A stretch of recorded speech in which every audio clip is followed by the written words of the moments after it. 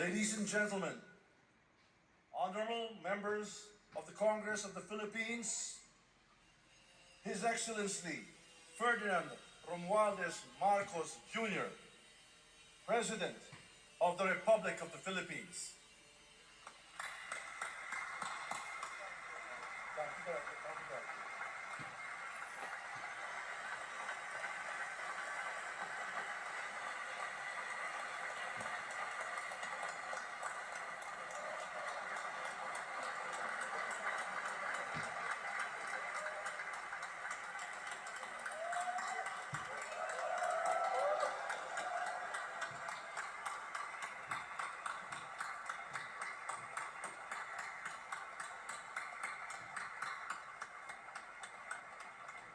Vice President Sara Zimmerman Duterte, former Presidents Joseph Ejercito Estrada, Gloria Macapagal Arroyo, and Rodrigo Roa Duterte, Senate President Juan Miguel Zubiri, and the honorable members of the Senate, House Speaker Ferdinand Martin Romualdez, and the honorable members of the House of Representatives, Chief Justice Alexander Gesmundo, and the honorable justices of the Supreme Court, the Apostolic Nuncio, Most Reverend Charles John Brown, and the esteemed members of the Diplomatic Corps, the honorable members of the Cabinet, our First Lady, Luis Araneta Marcos, and our children,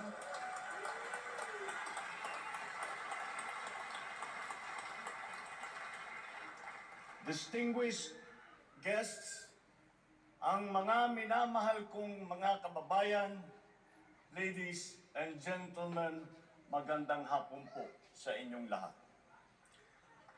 I come before you today to address you as it is my duty as President of the Republic. We live in difficult times brought about by some forces of our own making, but certainly also by forces that are beyond our control. But we have, and we will continue to find solutions, and these are some of them. In terms of the economy, we will implement a sound fiscal management. Tax administration reforms will be in place to increase revenue collection. Expenditure priorities will be realigned and spending efficiency will be improved to immediately address the economic scarring arising from the effects of COVID-19 and also to prepare for future shocks. Productivity-enhancing investments will be promoted. Our country must become an investment destination, capitalizing on the corporate recovery and tax incentives for enterprises through the CREATE law and the economic liberalization laws such as the Public Service Act and the Foreign Investments Act. Ecozones will be fully supported to bring in strategic industries such as those engaged in high-tech manufacturing, health and medical care, and all emerging technologies. This is also seen to facilitate economic growth outside of Metro Manila. Our tax system will be adjusted in order to catch up with the rapid developments of the digital economy, including the imposition of value-added tax on digital service providers. The initial revenue impact will be around 11.7 billion pesos in 2023 alone. Tax compliance procedures will be simplified to promote ease of paying taxes. We will pursue measures to determine possible undervaluation and or trade misinvoicing of imported goods. Through information and communications technology, the Bureau of Customs will promote streamlined processes. Disbursements for 2022 to 2023 will be maintained at above 20% of gross domestic product or 4.955 trillion pesos and 5.086 trillion pesos respectively to ensure continuous implementation of priority programs.